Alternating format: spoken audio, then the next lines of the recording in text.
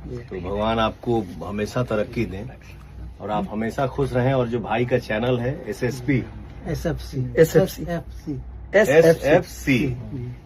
तो मेरा आप सब भाइयों से हाथ जोड़ के विनती है कि मेरे भाई के चैनल को आप लोग ढेर सारा प्यार दीजिए और आशीर्वाद दीजिए। अच्छा, एक बात और पूछना है आपको। आज बहुत फंकी लुक, मतलब फंकी स्टाइल में, मतलब आपका वो लुक लग रहा है, तो ऐसा गाने में जो आज आपने तड़का लगाया है अपने वॉइस, थोड़ा वो भी बता दीजिए। बेटा, मैं तो देखो यही बोलता हूँ कि सीखना हर दिन है, और जो आप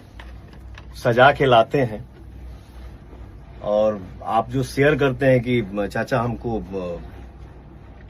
ये चाहिए, आइए ना वो चाहिए, ऐसे चाहिए, और मैं अपने जनता के आशीर्वाद से थोड़ा कोशिश करता हूं तो पता नहीं कैसे हो जाता है। तो भाई का जो आज गाना रिकॉर्ड हुआ है उसमें कुछ पुरानी चीजें हैं, बट बेटा ने ऐसा सजाया है आज के जोन में पुरानी ट्यून को, फोक चीज को और गाने को इस जोन में जो सजाया